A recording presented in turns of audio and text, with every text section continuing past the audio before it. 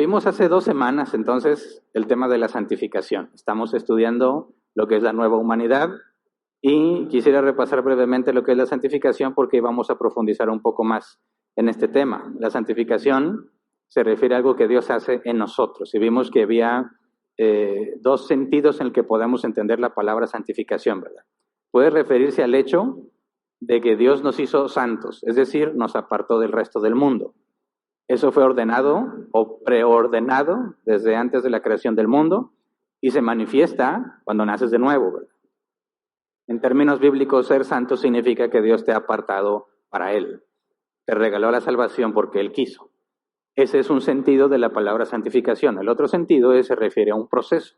Ambos sentidos los encuentras en la Biblia. El segundo sentido tiene que ver con un proceso. Es un proceso que inicia cuando naces de nuevo y termina en la glorificación. Y tomará toda nuestra vida. Lo que suceda primero, mueras o Cristo venga, es lo único que va a terminar con este proceso. Si alguno de nosotros muere antes de que Cristo venga, ya estudiamos lo que pasa en el estado intermedio y estará esperando la resurrección. No habrá terminado su proceso hasta que tengamos el cuerpo glorificado. Así que, entendiendo estos 2 sentidos, vemos que la santificación es la consecuencia de lo que Dios ha hecho en ti. Mientras más santidad tienes, es decir, santificación es el proceso de hacerte semejante a Cristo. Y ahí hablamos de lo que es la santidad. Santidad es el grado de semejanza que tenemos con Jesús. Mientras más nos parecemos a Jesús, y fíjate que estoy diciendo Jesús intencionalmente, no estoy hablando de la segunda persona de la Trinidad y que nos parecemos a la segunda persona de la Trinidad. No se puede. Hablo de Jesús, que tiene la naturaleza divina y la naturaleza humana. Y estoy hablando de parecernos a Él en su naturaleza humana, ¿verdad? Ser como Él era. ¿Cómo era Él? Perfecto, sin pecado. Siempre hacía la voluntad de Dios. Entonces le llamamos santidad a qué tanto te pareces a Jesús. Mientras más te pareces a Jesús, menos eres como el mundo. La santidad es la consecuencia del nuevo nacimiento y la evidencia del nuevo nacimiento. Podemos saber si alguien es cristiano hasta que tenemos evidencia de santidad. Alguien podrá jurar y perjurar que es nacido de nuevo, pero si no tenemos evidencia de santidad visible, porque eso no es algo meramente interno. Y si pues mira, yo tengo mucha paciencia y ya por eso soy santo. Bueno, se tiene que manifestar, ¿verdad? Tiene que haber problemas, situaciones en las que vas a demostrar tu paciencia. Y entonces puedes quedar evidenciado de que naciste de nuevo. Así que nos basamos por las obras. Estas obras no hicieron que te salvaras, ¿verdad? Es la consecuencia de que Dios te haya salvado. Entonces, no podemos hablar de santidad sin santificación y no podemos hablar de santificación sin el nuevo nacimiento. Y ya demostramos bíblicamente que no podemos hablar de nuevo nacimiento sin la elección y la predestinación. La Biblia claramente enseña que fuimos elegidos, predestinados desde antes de la fundación del mundo para ser santos. Cualquiera que diga que es santo tiene que afirmar la elección y la predestinación. Y lo menciono porque muchos cristianos niegan esas doctrinas, pero al mismo tiempo afirman que son santos. No se puede, ¿verdad? Si te llamas santo o te consideras santo, no se puede negar que fuiste elegido y predestinado para ser. Ahora, si vemos la santificación como algo que Dios hace, nos puede confundir pensando que no tengo que hacer nada, solamente esperar a que Dios me santifique, pero no es así. La Biblia afirma que nosotros debemos esforzarnos por vivir en santidad, pero no podemos hacerlo a menos que Dios produzca en nosotros el querer como el hacer. Entonces, en cuanto a la santidad, es una obra que Dios hace y es algo que nosotros debemos buscar. Hablamos de sinergia. En la salvación no existe sinergia, es algo que Dios decidió porque Él quiso. Pero en la santidad nosotros nos esforzamos porque Él pone en nosotros el querer como el hacer. En pocas palabras, la santidad es un esfuerzo humano dependiente de Dios. Y me parece que el versículo que lo deja más claro es este, Filipenses 4:13. Todo lo puedo en Cristo que me fortalece. Lo puedes todo en el contexto, obviamente. No está hablando de que vas a poner un nuevo negocio, vas a ser presidente, no está hablando de todo lo que tú quieras. El contexto es, ya sea que estés en abundancia o en escasez, todo lo puedes, en el sentido de que Cristo te fortalece para que continúes haciendo la voluntad de Dios. Entonces, cuando decimos todo lo puedo en Cristo que me fortalece, estamos diciendo que yo puedo porque Él me fortalece. Este es el esfuerzo dependiente. Esto es lo que demuestra que la santidad es un esfuerzo en conjunto. Así que, teniendo eso como contexto, que lo vimos hace 2 semanas, pero que no se les haya olvidado completamente, hoy vamos a hablar de lo que es ser una nueva criatura. Ese es el nombre del tema, nueva criatura. Todo el que ha nacido de nuevo es una nueva criatura. Y yo sé que muchos cristianos lo afirman, pero también me parece que no hemos entendido completamente lo que eso significa. Así que antes de empezar a estudiar, vamos a orar, así como estamos. Señor, muchas gracias por tus misericordias en este día. Gracias porque nos permites estar en el lugar que elegimos para venir a congregarnos, para venir a cumplir con el mandato, Señor, de no dejar de congregarnos. Gracias porque no podríamos estar cumpliendo tu mandato si tú no nos das lo suficiente, lo necesario, la salud, el dinero, todo lo que se requiere para que podamos estar aquí. Nos esforzamos por estar aquí, pero reconocemos que no podríamos hacerlo si no nos sostuvieras tú. Así que te rogamos que nos enseñes, que tu Espíritu Santo nos guíe, que nos des el entendimiento necesario para captar, para poder entender tu palabra específicamente en la forma en que describe a tus hijos.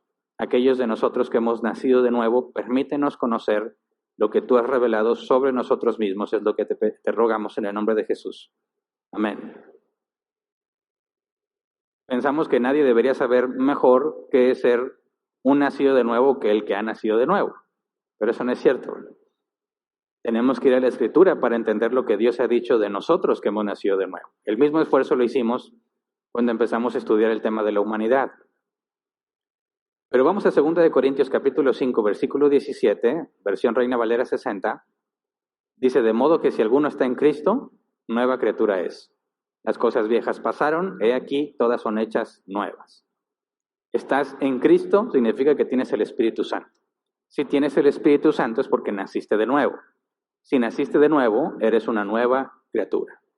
¿Tiene que ver con la santidad? Por supuesto. Necesitamos comprender exactamente qué es esto para poder avanzar en santidad como corresponde. Desde el pasado 6 de septiembre empezamos a estudiar con el propósito de saber cómo un cristiano debe responder a los conflictos de la sociedad actual. Y hemos estado poniendo muchísimas bases necesarias para poder llegar a los puntos más cruciales y que puedan ser claros. Todo esto que estamos estudiando es secuencial. Empezamos con lo que la Biblia describe o lo que la Biblia revela acerca de la humanidad, los hijos de Adán, ¿verdad? Vimos que el ser humano es enemigo de Dios y elige hacer el mal según su propia voluntad. Luego vimos que Dios, que es justo, condenará a todos los que han pecado.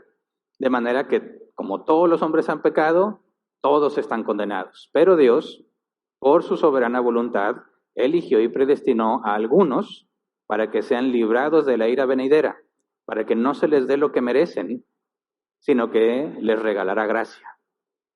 Esos son los que llamamos los elegidos, ¿verdad? O los predestinados por Dios. Así que Dios ordenó desde antes de la fundación del mundo que entre todos los seres humanos que han pecado, algunos sean transformados a la imagen de su Hijo. Dios decidió entonces crear una nueva humanidad. Y es cuando cambiamos de tema. Estuvimos hablando de la humanidad y luego cambiamos el tema a nueva humanidad. Y lo que vimos es que lo primero que Dios hizo para crear una nueva humanidad es hacerlos nacer de nuevo. En el nuevo nacimiento vimos que somos regenerados, recibimos fe, somos convertidos, declarados justos, adoptados como hijos de Dios y unidos a Cristo cuando recibimos el Espíritu Santo. Ese es el inicio de la vida cristiana. Y cuando empiezas a caminar con Cristo, hablamos de santidad. El proceso que Dios inicia de la santificación, que no va a terminar sino hasta que recibamos un cuerpo glorificado. Entonces, si Dios ya predestinó eso, por ejemplo, Romanos 8:29, porque a los que Dios conoció de antemano, también los predestinó a ser transformados según la imagen de su Hijo, para que Él sea el primogénito entre muchos hermanos. La palabra imagen, el griego se traduce según el diccionario Helps así, algo que refleja exactamente su fuente, una réplica. Entonces Dios predestinó que tú, si naciste de nuevo, tú y yo, en algún momento del tiempo, seamos una réplica exacta de Jesús. ¿Me ponen, por favor, la primera imagen? Quisiera ir mostrando algunas imágenes para tratar de dejar esto claro.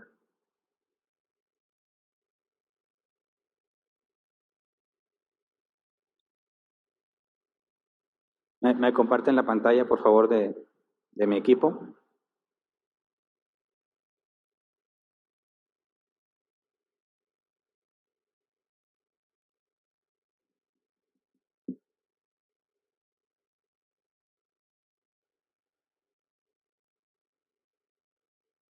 Listo. Ya lo detectó, no sé si lo... ¿Ya? Sí, ok. Hijo de Adán, y en el otro extremo está un nuevo humano, ¿verdad? Cuando hablamos de humanidad, pues es el hijo de Adán. Este hijo de Adán, me voy a poner yo como ejemplo, terminaré siendo un nuevo humano, ¿verdad? Mediante un proceso de santificación. Dios va a convertir un ser humano normal en un nuevo ser humano. La Biblia dice somos una nueva creación, somos nueva criatura, pero también dice que todavía no somos lo que hemos de ser. Así que aquí hay una parte intermedia que no hemos estudiado. ¿Eras un hijo de Adán o hija de Adán? Serás convertida en un nuevo ser humano. El proceso es la santificación, pero hay mucha información en medio. Y el día de hoy el objetivo es entender cuál es nuestra condición en ese punto intermedio. No estoy hablando del estado intermedio del hombre que muere y el alma espera la resurrección. Estoy hablando de lo que sucede en ese proceso de santificación y cómo la Biblia describe que somos. Dado que ya empezamos el proceso, pero aún no lo terminamos, de todas maneras no somos como el ser humano normal. Hay un cambio en nosotros. Y ese cambio, si no lo comprendemos, nos genera muchos conflictos. Conflictos porque no sabemos si estamos avanzando o no. Si no debería hacer eso o no hay problema. Si es normal o nada más yo lo hago. Puede ser que te jactes cuando te enteres que otros están batallando en algunas cosas o que tú mismo te decepciones porque ves que los demás no batallan como tú.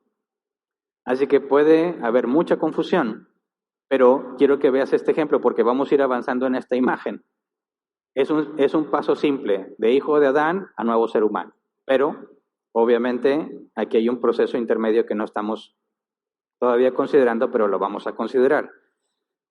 Entonces, todos aquellos que nacimos de nuevo, tenemos un nuevo entendimiento, ¿verdad?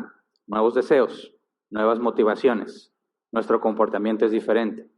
Iniciamos el proceso de santificación y cualquiera que haya nacido de nuevo debe comprender esto. Se supone que cuando naces de nuevo y tienes el deseo de conocer más de Dios y hacer lo que Él quiere, te esfuerzas mucho en hacer lo que Él quiere.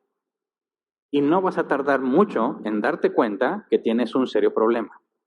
Es decir, nos emocionamos al principio porque el cambio es tan radical que pensamos que ya la hice, ya no más que Cristo venga, ¿verdad? Es más, ya ven Jesús, yo ya estoy listo. Y cuando te propones vivir todo el día haciendo solo lo que Dios quiere, vas a darte cuenta que no puedes. Gálatas, capítulo 5, versículos 16 y 17. Así que les digo, vivan por el Espíritu y no seguirán los deseos de la naturaleza pecaminosa, porque ésta desea lo que es contrario al Espíritu, y el Espíritu desea lo que es contrario a ella. Los dos se oponen entre sí, de modo que ustedes no pueden hacer lo que quieren. Esta es la primera conclusión a la que va a llegar un cristiano. No puedo hacer lo que quiero hacer. Hay algo que se opone a mí. Cuando dice las dos se oponen entre sí, está hablando de lo que quieres hacer y lo que realmente a veces eres motivado a hacer. Lo que Dios en su Espíritu Santo te dice que hagas y lo que terminas haciendo. Dentro de ti hay algo que se opone a ti mismo. Empiezas a encontrar esta dualidad, que lo que piensas hacer, tienes oposición en ti mismo para no hacerlo.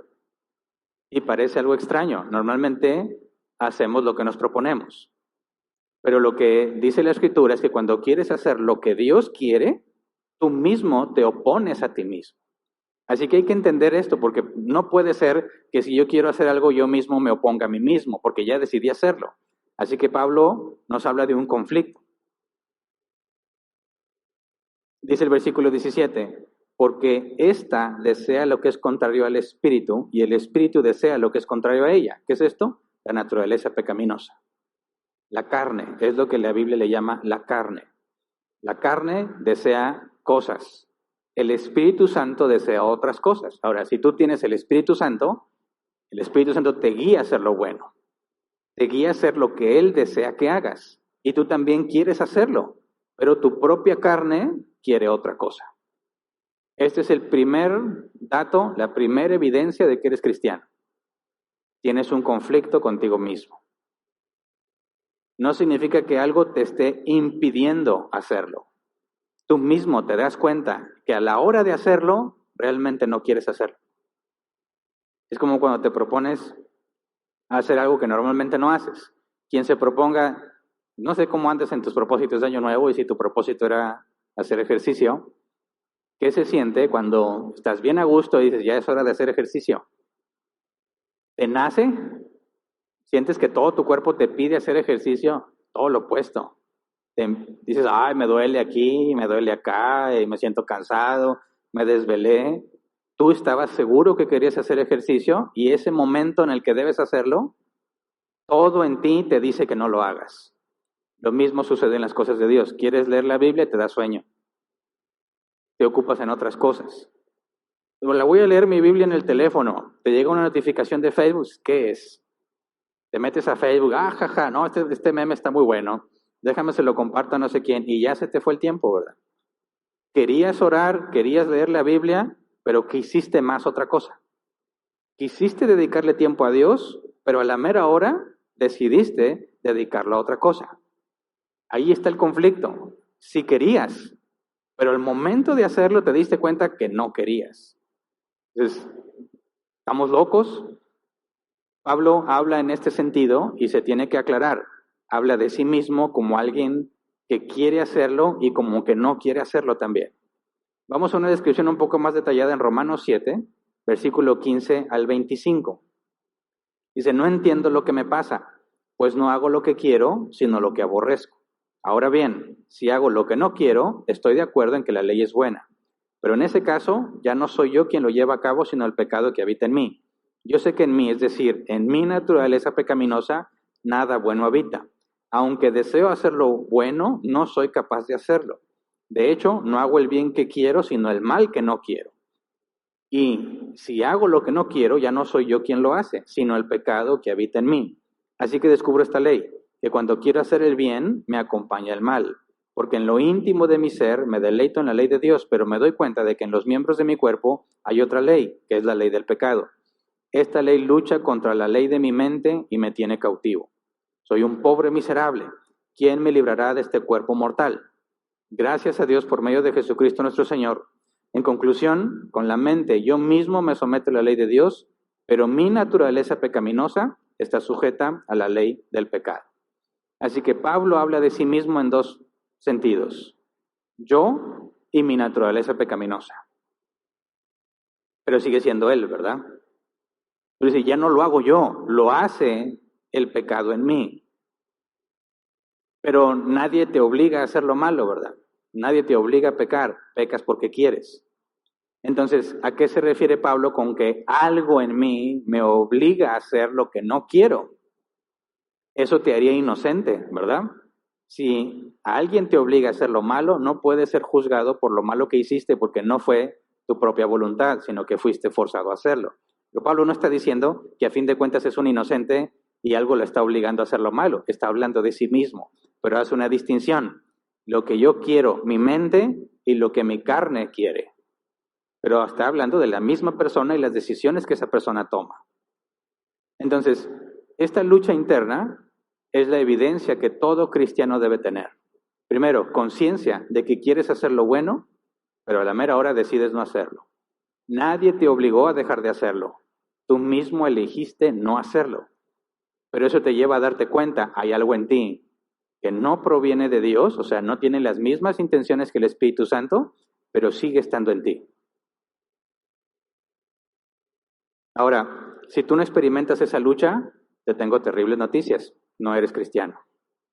Así de simple.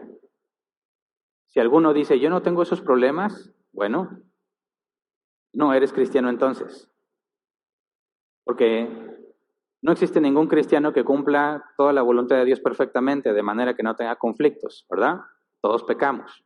Así que si pecas y no tienes esta lucha, significa que tú no luchas con tu carne, sino que estás de acuerdo con ella.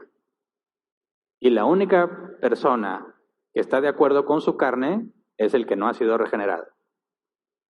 Así que fíjate, entramos en un terreno complicado, porque los cristianos están acostumbrados a pensar que nadie los puede juzgar. A mí no me puedes juzgar tú. ¿Tú cómo sabes si yo realmente amo a Dios? ¿Se puede saber o no? Si alguien dice, oye, yo amo mucho a Dios, y dices, no, no es cierto. Ay, ¿tú cómo vas a saber lo que yo siento? No sé si has escuchado eso. Oye, tú no pareces cristiano. ¿Tú quién eres para juzgarme? ¿Tú no sabes si yo me pongo a orar en mi casa? ¿Si yo le pido perdón a Dios? ¿Tú no sabes las veces en que yo tengo comunión con Él? Ah, no, bueno, está bien. No, espérame. Es que eso no te hace cristiano. Jesús dijo que el que me ama obedece mis mandamientos. La santidad es el comportamiento, tus obras, motivadas con el deseo de servir a Dios, de hacer lo que a Dios le agrada. Pero la santidad no es invisible, la santidad se ve. Entonces, podemos saber quién es cristiano y quién no por las cosas que hace. ¿Me explico? Entonces, cuando alguien dice, tú no sabes si yo oro, pues podrás orar todo el día si quieres, pero si no haces lo que la Biblia dice, esa oración de nada te sirve. Si no tienes esta lucha interna, no has nacido de nuevo. Y podemos comprobarlo con la Escritura. Romanos 8, 5 al 8. Los que viven conforme a la naturaleza pecaminosa, fijan la mente en los deseos de tal naturaleza. En cambio, los que viven conforme al Espíritu, fijan la mente en los deseos del Espíritu. La mentalidad pecaminosa es muerte, mientras que la mentalidad que proviene del Espíritu es vida y paz. La mentalidad pecaminosa es enemiga de Dios, pues no se somete a la ley de Dios ni es capaz de hacerlo. Los que viven según la naturaleza pecaminosa no pueden agradar a Dios. Así que aquí hay una distinción muy clara, ¿verdad? ¿Quiénes son los que viven conforme a la naturaleza pecaminosa?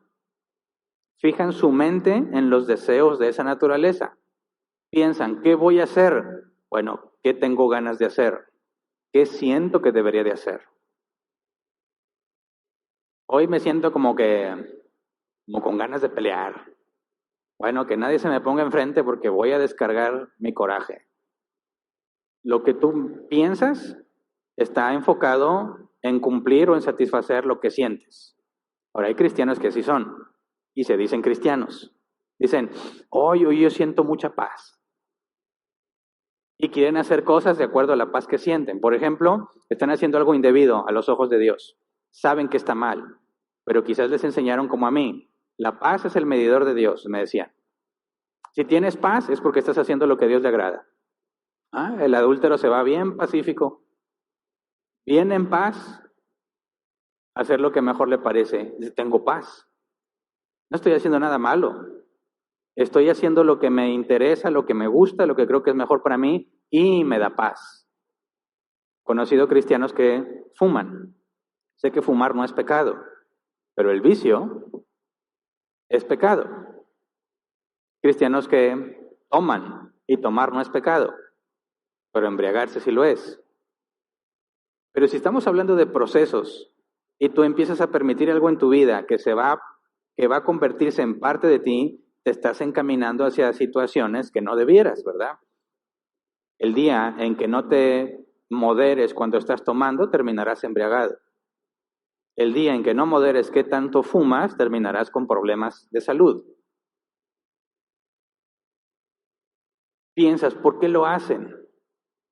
El mundo, ¿por qué fuma? Porque se ve cool, te da personalidad. No es lo mismo estar hablando así que hablando así. ¿verdad? No es lo mismo, mira, como te decía, a decir, como te decía. Dices, oh, hay muchísima diferencia.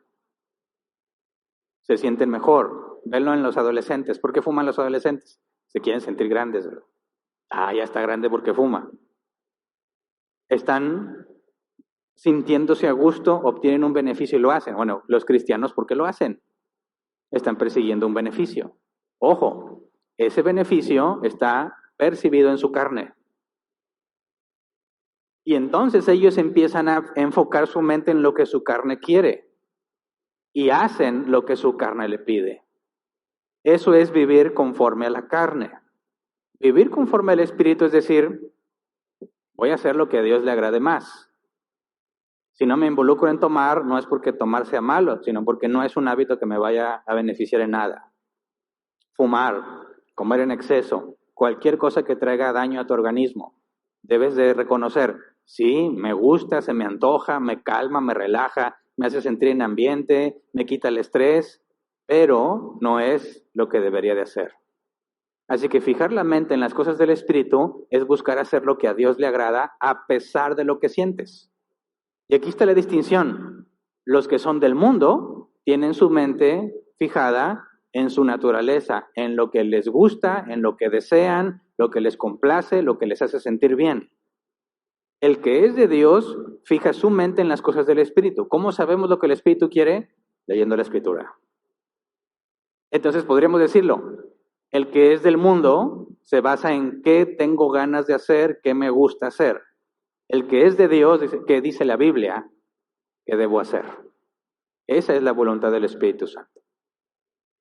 Entonces, todo hijo de Adán tiene su mente fijada en las cosas de la carne. Todo hijo de Dios debe tener su mente fijada en las cosas del Espíritu. Esa es la diferencia entre el hombre natural y el hombre regenerado. Dice el versículo 7, la mentalidad pecaminosa es enemiga de Dios, pues no se somete a la ley de Dios ni es capaz de hacerlo. Los que viven según la naturaleza pecaminosa no pueden agradar a Dios.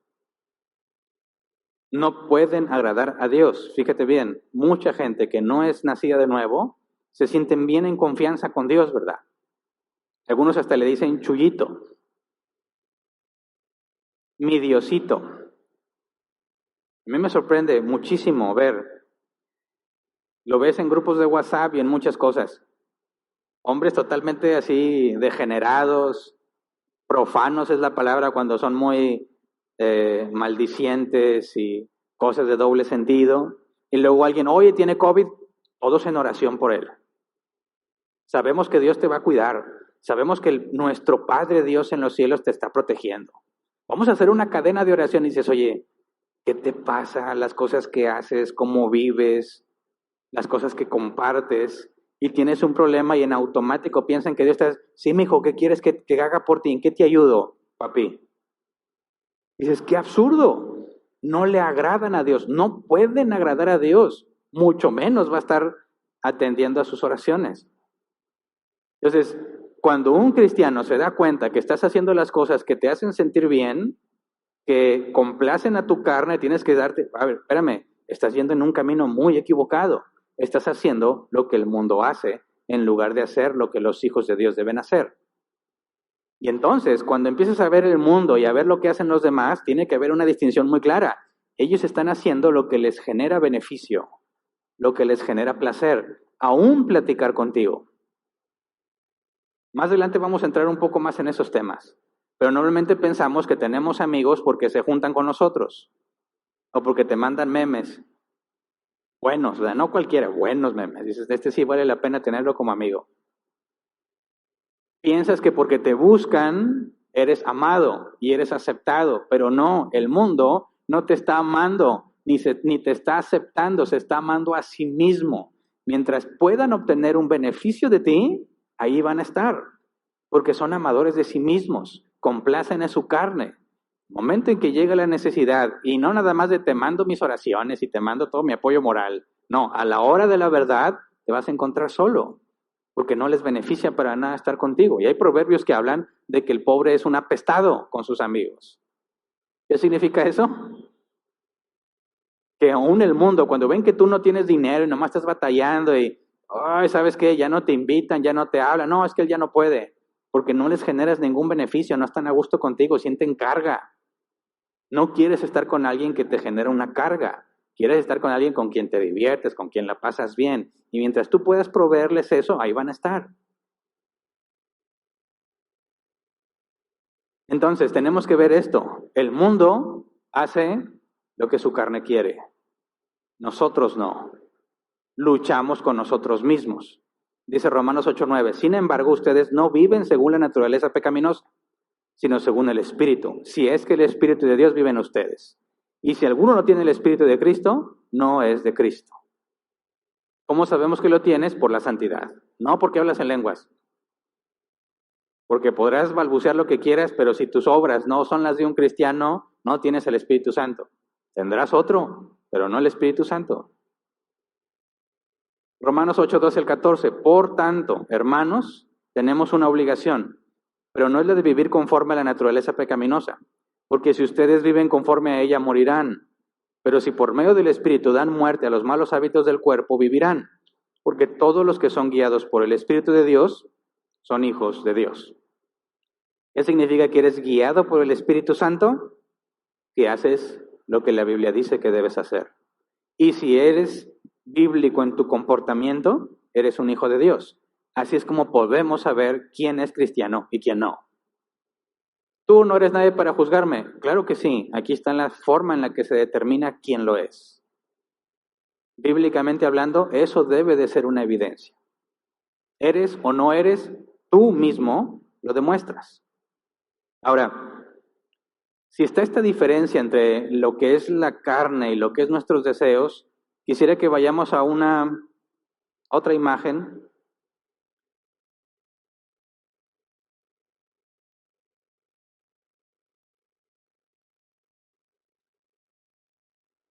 Este es un hijo de Adán. A ver, esa no es, ¿verdad?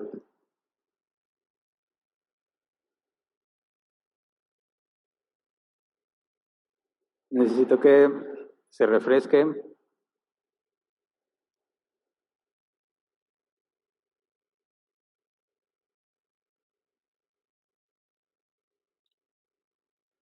¿No?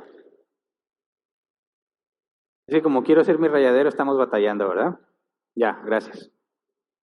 Ok, hijo de Adán. Ya demostramos que un humano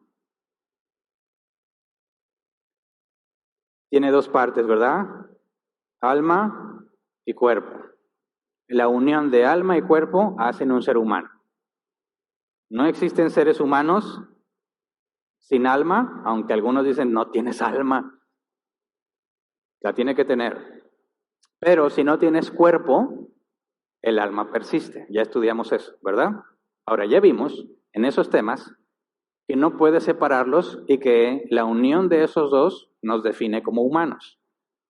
¿Dónde está nuestra conciencia? ¿En el cerebro o en el alma? En el alma. Nuestras motivaciones, nuestros recuerdos, dicen, oye, están en el cerebro, ¿no? Porque una persona que tiene un fuerte golpe en la cabeza puede quedarse sin memoria. Ah, sí. Pero si vemos la escritura, por ejemplo, Apocalipsis, los que murieron a causa de la persecución, de la gran tribulación, dicen, ¿hasta cuándo Dios juzgarás a los que están en la tierra? Sabían quiénes eran, sabían por qué estaban muertos, sabían lo que habían hecho los de la tierra y le pedían justicia a Dios y no tienen un cerebro, porque son almas. De manera que decimos, toda esa información está en el alma, pero obviamente cuando tenemos un cuerpo, es el cerebro el que le da la información al alma y son inseparables. Si el cerebro está dañado, el alma no puede obtener la información que debiera mientras está en el cuerpo. Así que es el cuerpo quien retroalimenta y le da información al alma. Porque cuando hablamos de que tomas una decisión, ¿la tomas con tu cerebro o la tomas en el alma? Bueno, si la conciencia está en el alma decide. Pero como está unido al cuerpo, es un proceso que parece inmediato, a menos que te detengas a pensar como lo hace Pablo. Y dice, lo que yo quiero hacer, no lo puedo hacer porque mi carne se opone. ¿Se entiende? Pablo hace una distinción, no está diciendo, mi cerebro está decidiendo algo, no, no, no, yo decido y la carne se me opone. Yo quiero hacer la voluntad de Dios, pero en mi cuerpo hay otra ley, la ley del pecado. Así que Pablo está consciente de la distinción, pero como estoy hablando yo de un hijo de Adán, esta parte del medio, un apretón de manos, implica que el alma y el cuerpo están de acuerdo. Todos son del mismo color, ¿verdad? El hombre natural viene del polvo de la tierra. Ahí traté de darle color de tierra. El hijo de Adán, su mente está fijada en complacer a su cuerpo. Pero ojo, la carne y el cuerpo no son lo mismo, ¿verdad? Este cuerpo puedo hacer las cosas que agradan a Dios o las obras que agradan al diablo. Así que el problema no es el cuerpo, sino la ley que está en el cuerpo. El cuerpo no es algo malo en sí mismo. El cuerpo lo puede usar para bien o lo puede usar para mal. Lo que Pablo dice, hay una ley en mi cuerpo. Esta ley me tiene sujeto al pecado. Lo que yo decido hacer no lo hago. Pero un hijo de Adán no tiene ese problema. Su alma complace a su cuerpo y hace lo que mejor le parece. No tiene un conflicto interno. Ahora, no niego que algunos hacen algo malo y sienten remordimiento. Dicen, y esto no lo debí haber hecho, me siento mal. Pero eso no es un conflicto interno. Ese es el efecto de la conciencia que todo ser humano tiene. De manera que ninguno tiene excusa, dice el apóstol Pablo. Ninguno puede decir, yo no sabía que hice algo malo. Porque la conciencia que todo ser humano tiene te revela que hiciste algo malo. Entonces, el hecho de que tu conciencia te acuse, eso no significa que tienes un conflicto. Porque terminas haciendo otra vez lo mismo. Dices, ya, no debía hacerlo, perdóname, y ya. El remordimiento te hace ver algo malo. Pero después se te pasa y vuelves a la normalidad y lo vuelves a hacer. Esto es lo que prueba que no hay ningún conflicto. Estás en armonía. Un hijo de Dios es totalmente diferente. Aquí tenemos a un hijo de Dios, que es una nueva criatura. No es totalmente café, tampoco es totalmente azul. El azul tendría que ver aquí con Dios, lo divino, el cielo, nacido de Dios. Está dividido igualmente, alma y cuerpo. Pero al momento en que es regenerado, algo dentro de ti, en el alma, cambia. Cuando decimos tus deseos no son los mismos, tus motivaciones no son las mismas, estamos hablando del alma. Donde se originan los pensamientos, las decisiones, el alma cambió, Dios la regeneró. Tengo distintos motivos. El cuerpo no ha sido regenerado. El cuerpo sigue exactamente igual a como era antes. De manera que cuando tu cuerpo retroalimenta a tu alma, el cuerpo te dice, tengo hambre. Es tan rápido el mensaje que te llega al cerebro, el cerebro informa a tu alma y tu alma, sí, tengo hambre, ¿cómo lo resuelvo? Y el cerebro que trabaja junto contigo te va a decir, tengo varias opciones, Hernán. Mira, ¿qué tal una pizza? ¿Qué tal una hamburguesa? ¿Qué tal unos tacos? ¿Una carne asada? ¿O una ensalada de frutas? ¿Qué vas a decidir? ¿Es a ver ensalada? ¿Es fin de semana? No. No aplica. No, es entre semana. Bueno. Oye, pero se me antoja mucho la hamburguesa. El cuerpo te dice, a mí como que la hamburguesa es lo mejor. La semana pasada no comiste hamburguesa, te toca. Es más, te la mereces. Cuando vas al gimnasio, de primer mes celebras con un buen pastel, porque me lo merezco, porque trabajé todo un mes. ¿Cómo te persuadiste de eso? Tu cerebro, tu cuerpo, te dice, esto es lo que yo quiero, esto es lo que me gusta, es lo que me parece mejor. Y tu alma tiene que tomar la decisión. Ahora dice Pablo, si eres hijo de Dios, lo que tu cuerpo te dice, lo examinas para ver si concuerda con lo que la Escritura enseña. Y si llega el día milagroso en que tu cuerpo te dice, no, no me des hamburguesa, ni tacos, ni nada de eso, dame una buena ensalada de verduras. Tú vas a decir, oye, pues sí, eso es lo mejor para mí, y se me antoja, bueno, ok, hiciste lo que tu cuerpo quería, pero filtraste que fuese algo que agradara a Dios, ¿verdad? No que comerte una hamburguesa sea pecado, ¿verdad? Pero si no te cuidas en tu alimentación, llega el momento en que comerte una hamburguesa, si es pecado, es un pecadote que no debieras. Entonces, cuando pongo aquí, ya no puse las manos estrechadas, ¿verdad? Pongo dos espadas, es porque este es el conflicto. Una espada es azul y la otra es de tierra. La Biblia nos enseña que este conflicto lo vas a tener todos los días de tu vida desde que naces de nuevo. Lamentablemente, cuando leímos el apóstol Pablo dice, termino haciendo lo que aborrezco. ¿Por qué? Porque decidiste complacer a tu cuerpo, donde habita la ley del pecado. Entonces, fíjate, ¿qué sería la santidad en estos términos? Santidad es filtrar lo que el cuerpo quiere y decirle que no, y obligarlo a hacer lo que tú sabes que es mejor hacer. ¿Se entiende? Eso es santidad. Pecar sería tener la información del cuerpo y decir, sí, lo hacemos, cuando es contrario a la Escritura. No es algo bueno, cuando no es algo que debiste haber hecho. Eso es pecado. Entonces el cristiano tiene que aprender a dominar su cuerpo. Dominar su cuerpo. Tiene que estar mentalizado que toda la información que recibe es algo que te puede meter en problemas. Por ejemplo, estás empezando a descuidar las cosas de Dios. Estás empezando a descuidar congregarte. Sí quieres congregarte, pero te levantaste a las 9 de la mañana y ya no había lugares. Dices, bueno, ahí para la otra.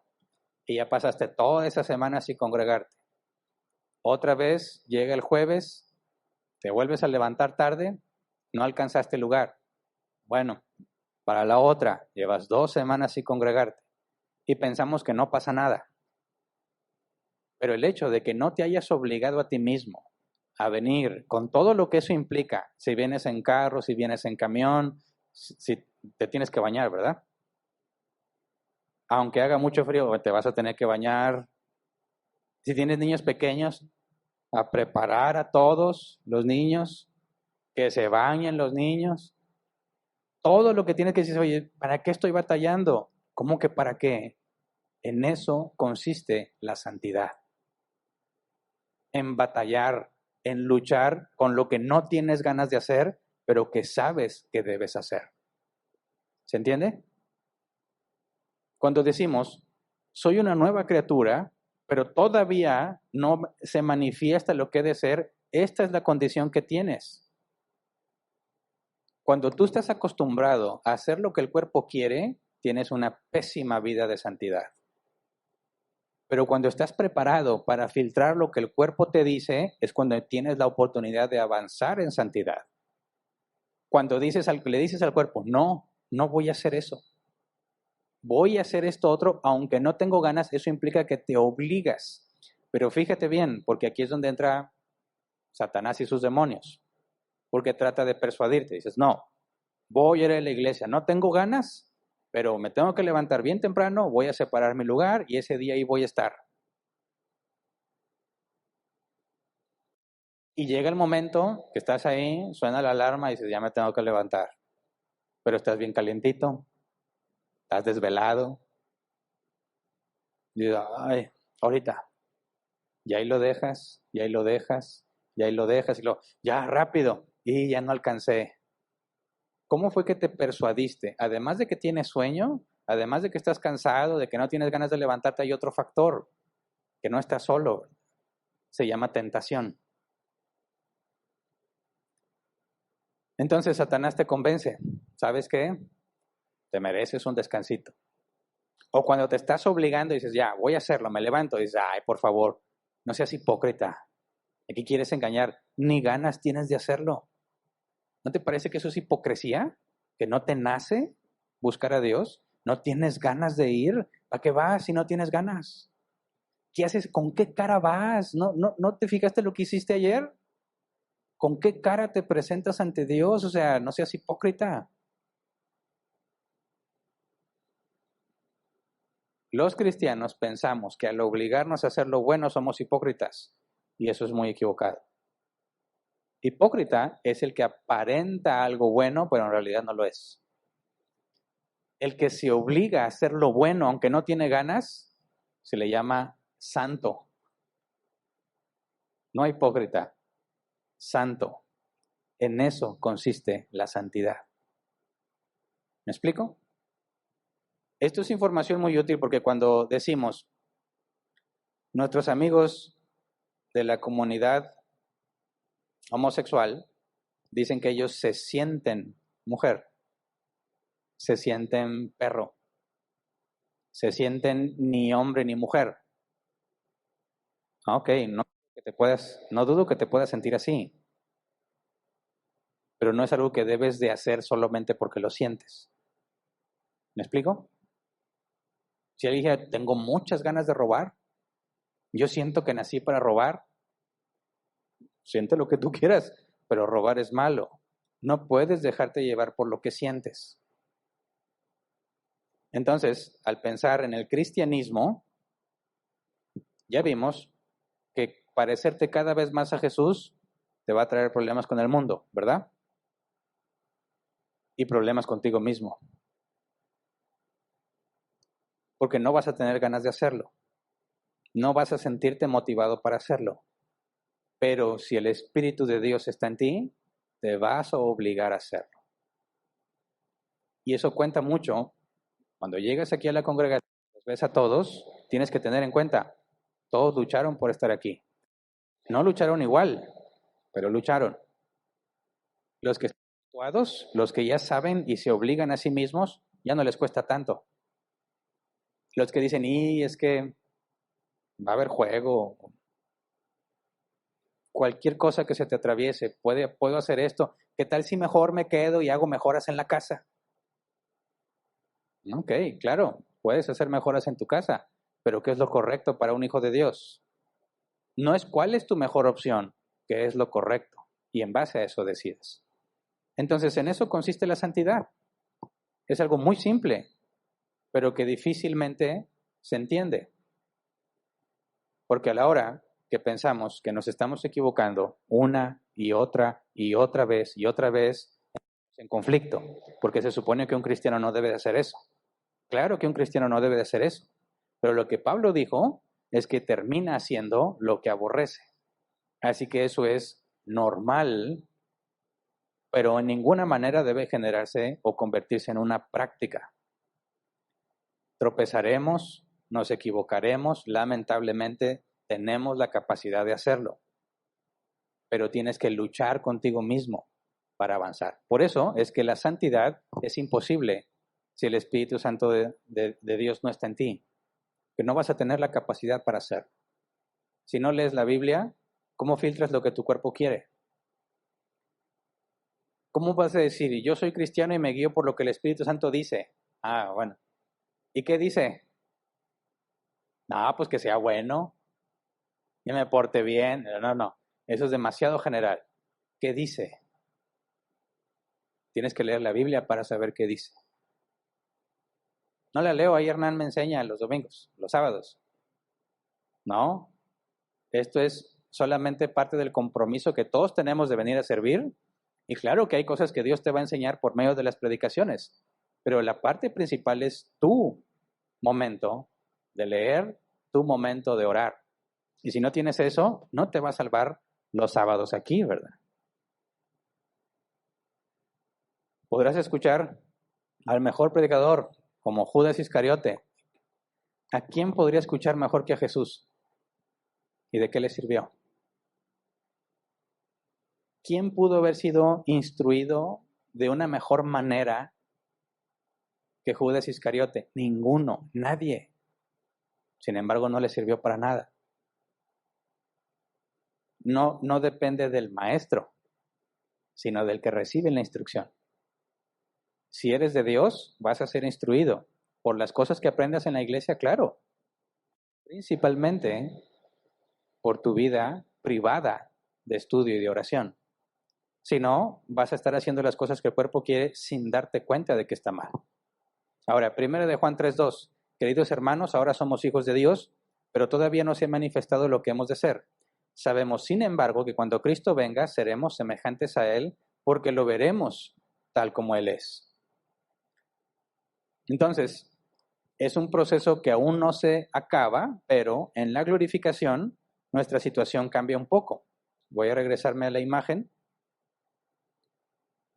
porque cuando hablamos de la glorificación, decimos, no nada más internamente soy regenerado, mi cuerpo también. Y llamamos resurrección, no reencarnación. Eso debe quedar bien claro. Reencarnar ese concepto es tener un cuerpo, morir y luego tener otro cuerpo. Y la Escritura no enseña la reencarnación, enseña la resurrección. Es el mismo, pero modificado. Entonces, cuando hablamos de humano, alma y cuerpo, en azul, se estrechan la mano. Porque internamente quieres hacer lo que Dios quiere y el cuerpo armonía contigo. Está dispuesto a hacerlo, quiere hacerlo. Toda la información que te mande va a ser hacer la voluntad de Dios. Y tú internamente lo que quieres es hacer la voluntad de Dios. Por consecuencia, ya no hay pecado. ¿Se entiende? Ahora, el punto intermedio, entonces, sería este. De hijo de Adán, pasas a ser una nueva criatura y toda tu vida serás una nueva criatura, sin embargo no eres todavía lo que es de ser, el nuevo humano que Dios ordenó que fueras, hasta que resucites. Entonces, aquí deberíamos poner como mapa, aquí está usted, ¿verdad? Usted se encuentra aquí. Esto es lo que nos define y lo que nos identifica. Y si entendemos esto, muchísimos pasajes de la Escritura deben de ser perfectamente claros. No debe de generar ningún conflicto en lo que un cristiano debe de hacer con respecto a lo que sientes o con respecto a lo que otros sienten. Nuestra relación con el mundo está fundamentada en entender qué eres y cómo eres. Ahora, si has nacido de nuevo, tienes responsabilidades. Romanos 6, 4 al 14. Romanos 6, 4 al 14. Por tanto, mediante el bautismo fuimos sepultados con Él en su muerte, a fin de que, así como Cristo resucitó por el poder del Padre, también nosotros llevemos una vida nueva. En efecto, si hemos estado unidos con Él en su muerte, sin duda también estaremos unidos con Él en su resurrección. Sabemos que nuestra vieja naturaleza fue crucificada con Él para que nuestro cuerpo pecaminoso perdiera su poder, de modo que ya no siguiéramos siendo esclavos del pecado, porque el que muere queda liberado del pecado. Pausa. El que muere, aquí no está hablando literalmente de morir físicamente, ¿verdad? Está hablando de esa regeneración, donde la parte interior, tu alma, lo que era antes, se murió. Ahora eres nueva creación internamente. El cuerpo sigue siendo idéntico. Entonces, el que muere queda libre del pecado. ¿A qué se refiere? A que ya no tengo nada que me obligue a complacer mi cuerpo. Ahora tengo la capacidad de ver que mi cuerpo me pide cosas que son incorrectas. Antes no tienes esa capacidad. Ahora tienes la capacidad de decirle a tu cuerpo no y te aguantas. Casi no lo hacemos, ¿verdad? Pero es algo que siempre debiéramos hacer. Tu cuerpo te pide algo y decirle no. Y te sujetas a lo que yo quiero hacer. Porque hay una distinción, yo, mi alma, con respecto a yo, mi cuerpo. Entonces lo que Pablo nos enseña aquí es, si tú ya naciste de nuevo, tú ya no eres esclavo del pecado. No estás esclavizado a complacerte. Ahora puedes negarte, tú mismo negarte las cosas. Versículo 8. Ahora bien, si hemos muerto con Cristo, confiamos que también viviremos con Él. Pues sabemos que Cristo, por haber sido levantado de entre los muertos, ya no puede volver a morir. La muerte ya no tiene dominio sobre Él. En cuanto a su muerte, murió al pecado una vez y para siempre. En cuanto a su vida, vive para Dios. De la misma manera, también ustedes considérense muertos al pecado, pero vivos para Dios en Cristo Jesús. Por lo tanto, no permitan ustedes que el pecado reine en su cuerpo mortal, ni obedezcan sus malos deseos. No ofrezcan los miembros de su cuerpo al pecado como instrumentos de injusticia. Al contrario, ofrézcanse más bien a Dios como quienes han vuelto de la muerte a la vida, presentando todos los miembros de su cuerpo como instrumentos de justicia. Así el pecado no tendrá dominio sobre ustedes, porque ya no están bajo la ley, sino bajo la gracia. Pablo aquí usa palabras claras entre muerte y vida, ¿verdad? Estás muerto a la carne, a tu cuerpo, pero estás vivo para Dios. De aquí vienen los conceptos teológicos de mortificación y vivificación. Tienes que vivir como si estuvieras muerto al cuerpo. Un muerto no reacciona a lo que el cuerpo le diga. Es como si estuvieras muerto. Aunque tu cuerpo te pide algo, no le haces caso. Eso es mortificarte, morirte a los deseos de tu cuerpo. Vivificarte es hacer lo que Dios quiere, lo que nos lleva a la vida. Entonces, la mortificación y la vivificación es algo que los cristianos deben practicar todos los días de su vida. Morimos a nosotros mismos y nos enfocamos en obedecer a Dios, pero sigue siendo un esclavo. ¿Eras esclavo del pecado? Ahora eres esclavo de Dios. Y eso suena raro, ¿verdad? Porque tenemos el concepto de esclavo como algo malo. Un esclavo es alguien a quien oprimen, pero bíblicamente no es así. La esclavitud era una alternativa para sobrevivir, incluso se podía vivir muy bien. Un esclavo, sobre todo si consideramos el contexto de los israelitas, era alguien que voluntariamente se ofrecía en dar trabajo, esfuerzo, las 24 horas a cambio de comida, sustento, techo, vestido.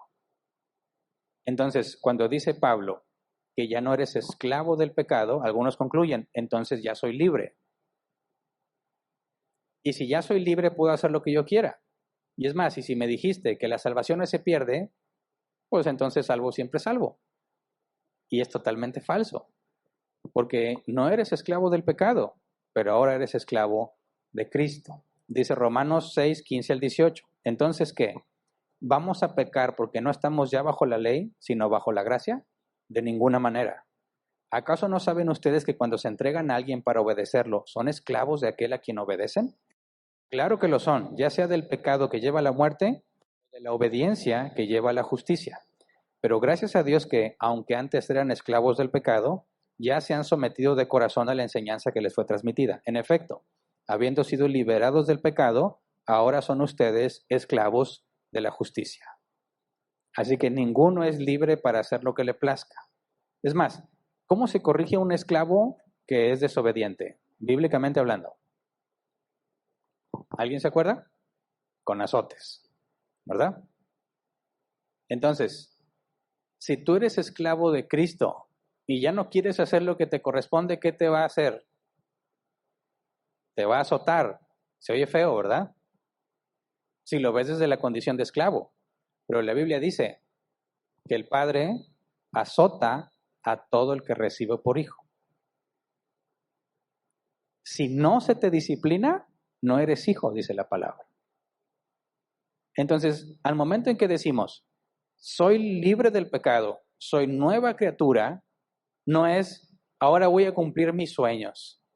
Y es más, no traje esa imagen para no darle publicidad, pero me encontré mucho una imagen en redes sociales que decía, no te olvides de incluir a Dios en tus planes para que puedas cumplirlos. Puros cristianos compartiendo esa imagen. No te olvides de incluir a Dios en tus planes para que puedas cumplirlos. ¿Qué concepto tienen del cristianismo? Dios me liberó, ahora tengo que pensar en grande. Tengo que alcanzar mis sueños.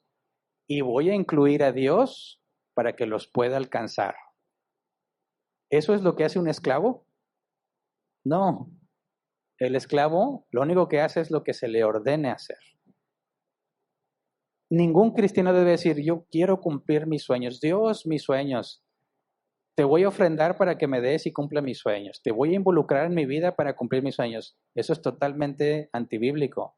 Es anticristo, anticristiano.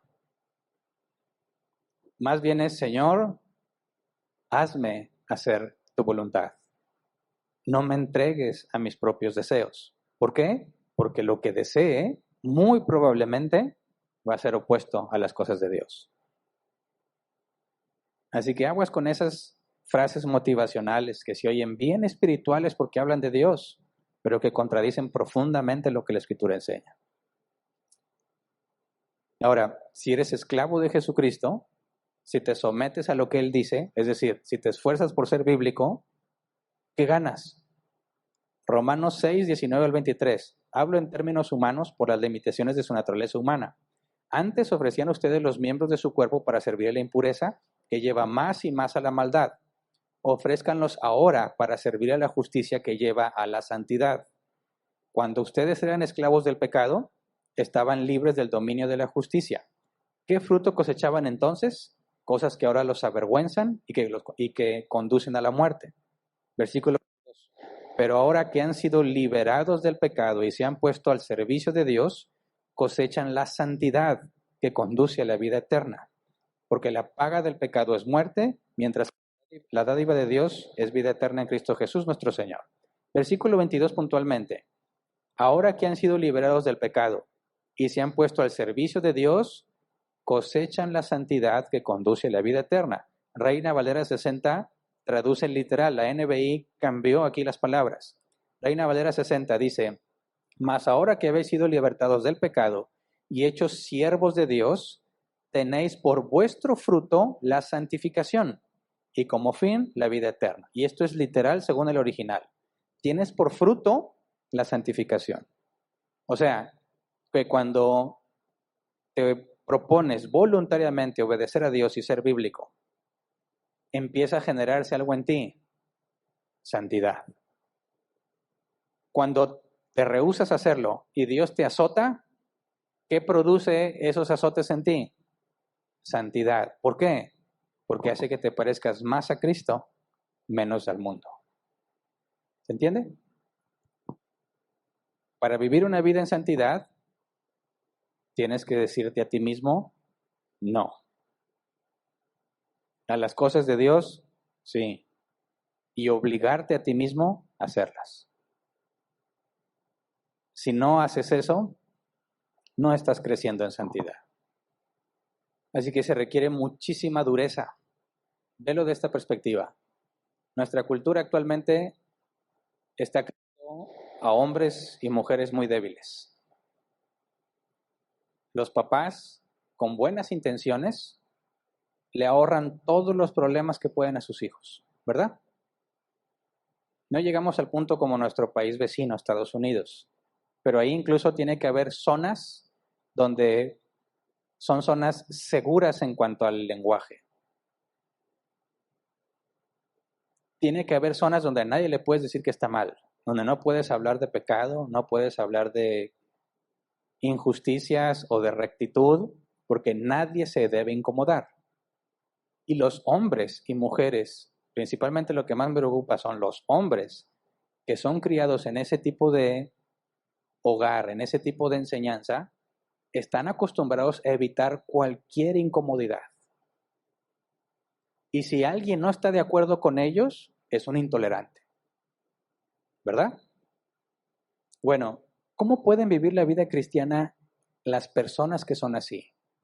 Que no quieren que nada les incomode, que nadie les diga que están mal, que buscan hacer lo que sienten. Y si se sienten una cosa, esa cosa son. Están totalmente incapacitados para la vida cristiana. No pueden crecer en santidad porque ni siquiera se esfuerzan por obligarse a hacer lo correcto, sino que se dejan llevar por lo que sienten. Y los hombres débiles crean muchos problemas. ¿Qué se va a empezar a enseñar en las iglesias? ¿Qué va a pasar cuando vengan las dificultades? se requiere frialdad, dureza, para decir, me duele, no me gusta, me hace sentir muy mal, pero me obligo a hacer lo correcto. ¿Se entiende? Eso solo puede hacerlo alguien que es fuerte. Que como decimos acá en México, tiene la piel gruesa. Que si te dicen, estás mal, ay, ¿por qué? Me hace sentir muy feo, no me digas esas cosas. Tú no sabes lo mucho que yo sufro. Oye, es que estás deprimido y no deberías estar. ¿Cómo me dices que no esté deprimido? Tú no sabes el dolor que yo tengo. Y sus sentimientos se vuelven lo principal. Dime, ¿cómo creces en santidad si no te obligas a ti mismo a hacer lo correcto? Y si no te obligas a ti mismo, cuando alguien te diga, yo soy un helicóptero, ¿cómo estás? ¿Qué vas a hacer? Buenos días, señor helicóptero. ¿Verdad? ¿Por qué? Porque respeta sus sentimientos. Él se siente en helicóptero. ¿Quién soy yo para decirle que no es un helicóptero? Es más, a lo mejor lo es. Parece absurdo, pero así está nuestra cultura. ¿Qué clase de hombre es un cristiano que hace las cosas correctas aunque no quiera hacerlas? Un hombre duro, rudo, ¿verdad? Esto genera conflicto porque la Biblia dice, ¿no dice que seamos mansos, humildes? Sí, pero en ningún momento dice que seas débil. Somos débiles en cuanto a que no tenemos la capacidad de hacer todo lo que Dios nos manda, pero en ningún momento comportarnos como débiles.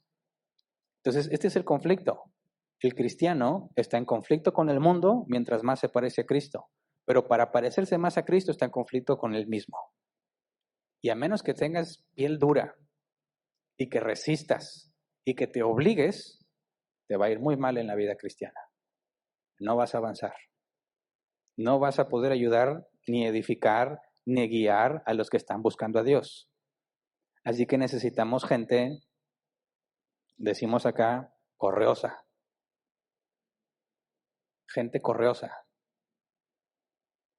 Que te pueden decir cosas a la cara ofensivas y dices, está bueno, hombre, eso es lo que piensas, ¿verdad? Y tienes la libertad en nuestro país de decir lo que piensas. Pero ahora déjame darte mis argumentos para que entiendas por qué pienso así. Eso es algo muy distinto a ponerse a llorar porque les dijeron cosas. A deprimirse. Es que nadie me quiere. Dices, ¿qué? Nadie me quiere. Sí, nadie te quiere. Ok. Y tienes que seguir. Tienes que avanzar, aunque no quieras. Aunque nadie te quiera. Dice la Biblia, aunque padre y madre te rechacen, con todo Jehová te recibirá. Tienes que saber que todas las emociones que percibes de tu cuerpo normalmente son contrarias a las cosas de Dios y debes descartarlas, porque en eso consiste la santidad. ¿Te sientes triste? Ok, sí. Tal vez sí te pasó algo muy, muy triste. Bueno, llora, desahógate. Y cuando termines, te levantas y le sigues. ¿Se entiende? En eso consiste la vida cristiana. Cuando apedrearon a Pablo, ¿qué hizo? No dejan claro si se hizo el muerto o si se quedó desmayado. Pero toda la gente pensó que ya lo habían matado. ¿Qué hizo? No, pues entró en un fuerte proceso de depresión. Porque lo rechazaron. No, se levantó, se sacudió y se regresó a la ciudad donde estaban los que lo apedrearon. ¿Cómo se te ocurre? Pablo decía, ay de mí si no anuncio el evangelio. ¿Qué se sentirá levantarte en la mañana pensando que tal vez hoy te pueden apedrear? Trata de pensar la vida del apóstol Pablo sabiendo todos los peligros que enfrentaba y aún así lo hacía. ¿Qué clase de hombre era el apóstol Pablo? Un hombre cristiano, corrioso, resistía pedradas, azotes, perjurias, lo que le gritaran, le decían de todo, hacían complots contra él. ¿Y qué hacía él? Permanecía obediente.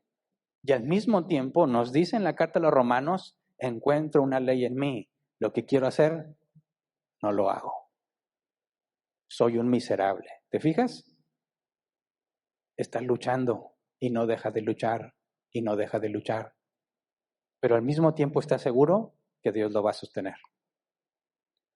La santidad es algo muy difícil. Es más, es imposible para el ser humano. Nos obligamos a hacer lo correcto aunque no lo sientes. Y el fruto es la santidad. Empiezas a parecerte más a Cristo. Así que necesitamos hombres y mujeres cristianos, en el sentido de que aguantan todo.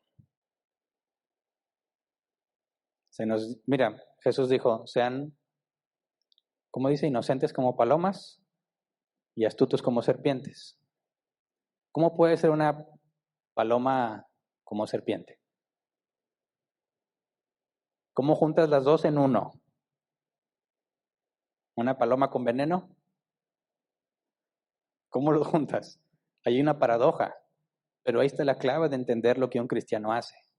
Porque es duro consigo mismo, pero no puede ser duro con la gente, porque ya no cumples el ser manso y el ser humilde. Pero no puedes ser manso y humilde a menos que seas duro contigo mismo. No sé si te has dado cuenta. Fíjate bien, las personas que han tenido más problemas en su vida son las más humildes normalmente. No sé si te has dado cuenta. Personas que han llevado una vida relativamente simple, rodeada de lo que necesitan y más. Muy pocos problemas, como se burlaban de estos políticos nuevos, jóvenes.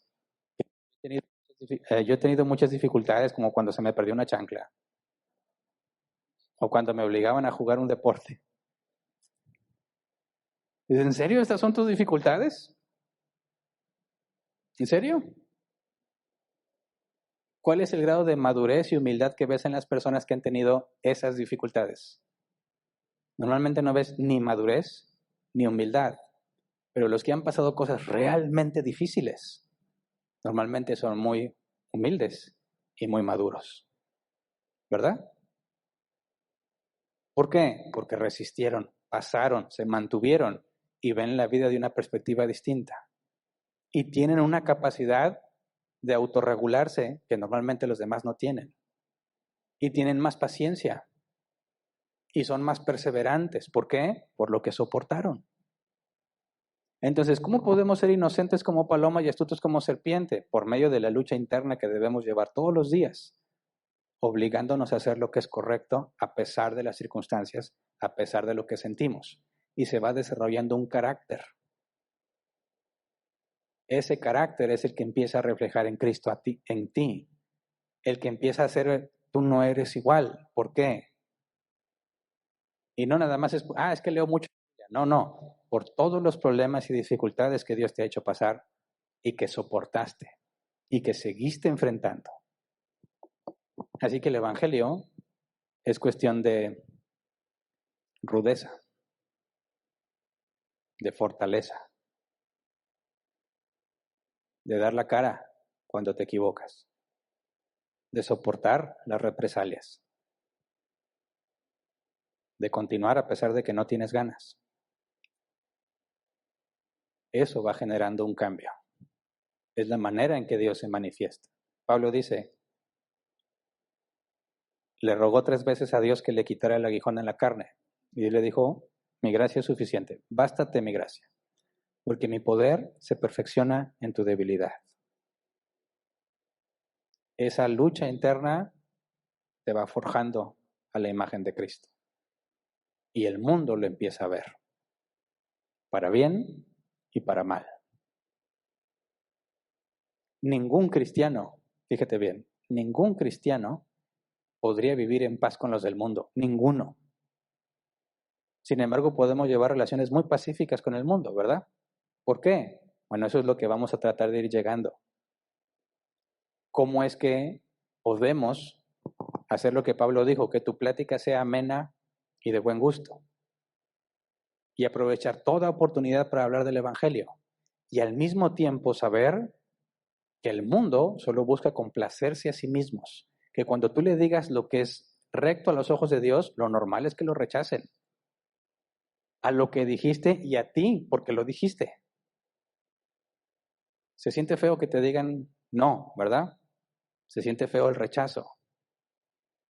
Pero si un cristiano está acostumbrado a luchar consigo mismo, el rechazo de los de afuera no le va a afectar. ¿Se entiende? Así que tenemos mucho que profundizar en estos temas. Pero si eres una nueva criatura, no puedes ocultar la santidad. Se ve. Y eso es lo que esperamos aquí en Árbol Plantado de todos. Que se vea. Se ve que eres hijo de Dios. Se ve que perseveras. Se ve que estás aquí pudiendo hacer cualquier otra cosa. Se ve que te pones a servir. Eso es antinatural. Nadie te paga nada. Digo, bueno, es que le dan dinero. Bueno, pues lo tiene que hacer. No, pero no te paga nada y lo haces simplemente por servir a Dios. Eso no es fácil. No sé si estás de acuerdo conmigo. No es fácil.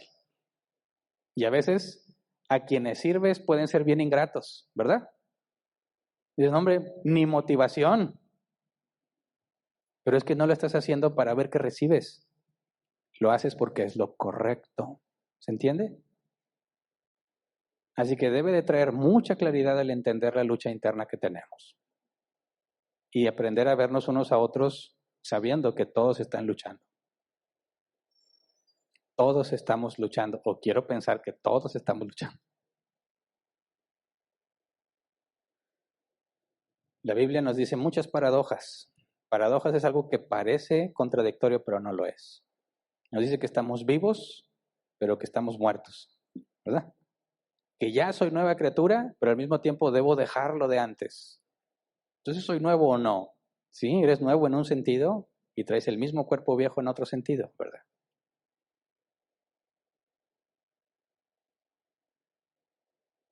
Si Dios te santificó, todos nos vamos a dar cuenta. Todos lo vamos a notar.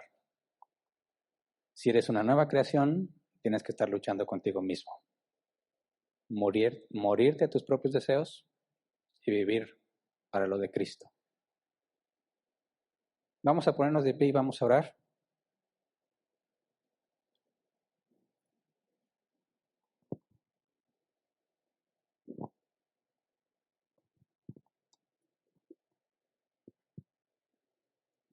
Todos somos muy diferentes unos de otros, ¿verdad? No nos gustan las mismas cosas. No invertimos nuestro tiempo en las mismas cosas. No gastamos nuestro dinero en las mismas cosas. No tenemos los mismos problemas. ¿Cómo es que funcionamos como un cuerpo, bíblicamente hablando? ¿Qué es lo que nos une si somos tan diferentes? La santidad. Entre nosotros puede haber gente muy adinerada y gente con muy poco dinero. Y se ven como iguales. ¿Por qué? Por la santidad. ¿A qué me refiero? Si naciste de nuevo y el Espíritu Santo está en ti, tienes santidad. Entonces, si te hablo de santidad es porque naciste de nuevo. Y si naciste de nuevo, sabes que tu valor no está en la cantidad de cosas que tienes, o en lo mucho que estudiaste, o si no estudiaste nada. El Espíritu Santo está en ti y luchas igual que los demás. Eso es lo que todos tenemos en común a pesar de ser tan diferentes. Y cuando tú te estás esforzando y un hermano te ayuda a avanzar, experimentas una gratitud indescriptible. Cuando tú ayudas a otro a avanzar, experimentas otro nivel de gratitud, no hacia esa persona que ayudas, sino hacia Dios que te permite ayudar a otro. Eso es lo que mantiene una iglesia unánime. Y si no nos estamos esforzando por vivir en santidad, tú vas a quedar al margen. Vas a sentir que no encajas, porque no entiendes lo que estamos haciendo aquí. Así que es muy importante que como iglesia comprendamos perfectamente estos temas. Y cuando lleguen los días difíciles, como en otros países ya les están llegando, donde se ataca el cristianismo en forma general, no vamos a saber qué hacer. Necesitamos prepararnos, preparar a los jóvenes, a los que ya estamos más correteados, como decimos. Es difícil aprender cosas nuevas,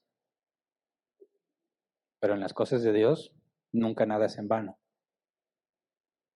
Que los jóvenes puedan explicar qué creen y por qué lo creen, y por qué es razonable. Y que los viejos tengamos la capacidad de hacerlo de la manera correcta. A lo mejor lo puedes explicar, pero hay muchas cosas que no entendemos de la cultura actual, porque ya no es de nuestra edad, ¿verdad? Es algo que solo ves con el tiempo, ¿verdad? Siempre ves como señor a los demás. Me vi un señor, hasta que alguien te dice, oiga señor, caray. Yo la verdad, no les digo mentiras, la verdad, muchos años se me olvidó que yo ya no era del grupo de jóvenes. Ya casado y con hijos, y yo veía a los jóvenes y yo me sentía en ambiente. No me había dado cuenta de que yo ya era un señor. Cuando vi a mis compañeros, ex compañeros de la secundaria, dije, qué viejos están. Se ven bien viejos, bien acabados. Lo mismo han de pensar de mí, ¿verdad? Y yo sé que aquí hay jóvenes y viejos. Por eso los jóvenes tienen que estar preparados porque hay muchas cosas que van a enfrentar. Y los viejos que ya las enfrentamos tenemos que saber cómo hacerlo de la manera correcta. Pero no necesitamos unos a otros, porque somos un cuerpo. Así que vamos a orar y pedirle a Dios que nos ayude a vivir la santidad que debemos vivir, porque eso va a edificarnos a todos, no nada más en lo individual, sino como iglesia. Y eso es lo que el mundo necesita ver. Así que oremos, Señor, concédenos, Padre, entender muy bien la lucha que debemos estar enfrentando. El conflicto con nosotros mismos de todos los días que debemos librar y que debemos sostener. Señor, perdónanos porque muchas veces nos hemos enfocado en darnos gusto. Hacemos lo que hacemos porque así lo sentimos. Me siento cansado y dejo de hacer las cosas que debería hacer para ti. Me siento deprimido y dejo de alegrarme por las cosas que me has dado. Me siento en problemas y dejo de confiar en ti. Pierdo la esperanza. Me siento, Señor, abandonado, desamparado y me olvido de ti. Y por el contrario, Señor, lamentablemente, cuando siento que las cosas van bien, dejo de agradecerte. Cuando el dinero abunda, dejo de valorar lo que me das. Cuando me siento aceptado y querido, dejo de buscar tu palabra. Cuando las cosas marchan sobre ruedas, no me interesa escudriñar tu escritura. Líbranos, Señor, de nosotros mismos. Concédenos buscarte, nos vaya bien o nos vaya mal. Valorar lo que nos has dado, tengamos o no tengamos. Ser agradecido con todas tus misericordias y la gracia que nos has dado, independientemente de si tengo o no tengo. Concédeme, Señor, hacer lo correcto a pesar de lo que siento. Dame la fuerza que necesito para dominarme a mí mismo, para nunca olvidar que la ley del pecado está en mi cuerpo y que la voluntad de la carne es opuesta a la de tu Espíritu Santo. Enséñame a verme a mí por lo que soy y a ver al mundo como es. Líbrame de buscar en el mundo lo que solo tú puedes darme. Líbrame, Señor, de justificar mis obras porque me siento triste, porque me siento mal. Concédenos, Señor, permanecer fieles aunque nos cueste la vida. Como a muchos cristianos en otras partes del mundo les estás dando la fortaleza y la firmeza para permanecer fieles aunque los matan, los queman, los torturan. Señor, concédenos, aunque esos tiempos aún no llegan con nosotros, concédenos permanecer firmes porque tenemos muchos menores problemas de los que ellos están enfrentando, Señor. Concédenos avanzar entendiendo tu palabra, conociéndonos a nosotros mismos a través de tu palabra, de manera que toda la gloria y la honra de aquello que podamos hacer bueno sea para ti. Gracias, porque sabemos que no solo nos escuchas, sino que si pedimos conforme a tu voluntad, nos será hecho. Y sabemos que tu voluntad es que crezcamos en santidad. Así que gracias de antemano. Amén. Pueden sentarse.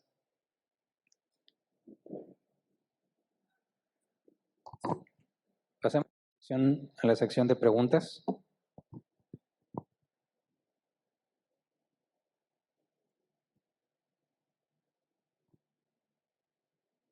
Como estamos aquí presencial, nada más van a ser 15 minutos, ¿verdad?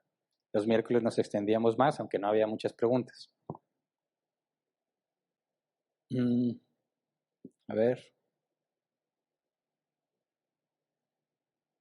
Aquí está.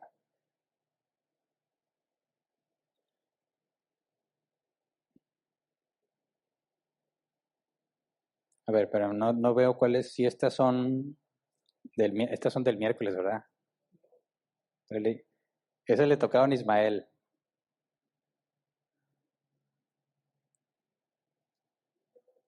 Sí, ya lo vi. Pregunta, dice aquí nada más Grace. Pastor, ¿qué quiso decir cuando dice que cuando el cerebro está dañado, el cuerpo no puede dar la información correcta al alma? ¿Podría poner un ejemplo o explicarlo con más detalle? Gracias. Sí, mira, hablamos de la unión alma-cuerpo como algo que trabaja en conjunto. No decimos que porque el alma es consciente y tiene memoria y toma decisiones, por eso el cerebro es innecesario. No, decimos que ser un ser humano estamos preparados para poder interactuar con el mundo que nos rodea. Y para que el alma, que es la parte espiritual, obtenga información de la parte material, requiere el cerebro. Así que el cerebro tiene que estar funcionando correctamente para llevar la información necesaria al alma que toma las decisiones. Si el cerebro está dañado, el alma no va a poder funcionar como corresponde. Y podemos poner el ejemplo de un carro. Si un carro no enciende, algo está mal con el carro, pero no con el conductor. El conductor podrá bajarse, examinar el carro, trasladarse de un lugar a otro y no es afectado porque el carro está mal. Simplemente no va a poder usar el carro como debiera. De esa misma manera podemos ver el cuerpo. El cuerpo es como el coche, nuestro carro, y el alma es quien lo controla. Para que el alma pueda cumplir sus funciones aquí y tomar decisiones y transmitirlas al cuerpo requiere un cerebro funcionando correctamente.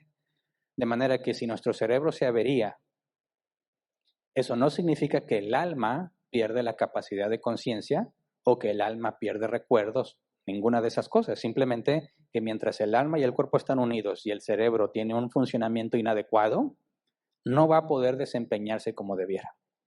Eso es a lo que me refiero cuando el alma, que es donde está nuestra capacidad volitiva, donde tomamos las decisiones, se tiene que retroalimentar por medio del cuerpo. Todo le llega al cerebro y la unión que tenemos, cuerpo y alma, nos permite interpretar lo que el cerebro nos da para tomar decisiones. Los cristianos debemos estar muy conscientes de todo ese proceso, puesto que experimentamos esta lucha y debemos de filtrar todo lo que el cuerpo nos da. A eso me refiero con para responder esta pregunta. Espero que quede más claro. Siguiente, Gabriela. ¿Un niño puede nacer de nuevo?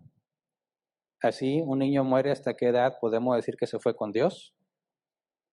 Mira, tenemos a Juan el Bautista como un ejemplo de alguien aún en el vientre de su madre y que ya tiene el Espíritu Santo, puesto que pudo reconocer a Jesús en el vientre de María.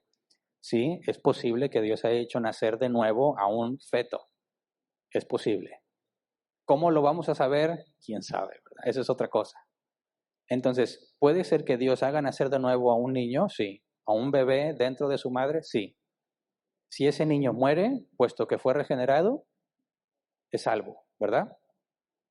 Entonces dice la pregunta, ¿cómo sabemos o si un niño muere, hasta qué edad podemos decir que se fue con Dios? Pues es que ese es el punto. Cuando vemos de un niño que muere, un niño sin conciencia de pecado, sin control absoluto de su cuerpo, no dice la Biblia, pero deducimos que puesto que la Escritura enseña que va a ser juzgado según sus obras, ¿verdad? Pero ese pequeño bebé no tuvo ninguna obra voluntaria. Claro que obra, ¿verdad? Pero no está en control de su cuerpo.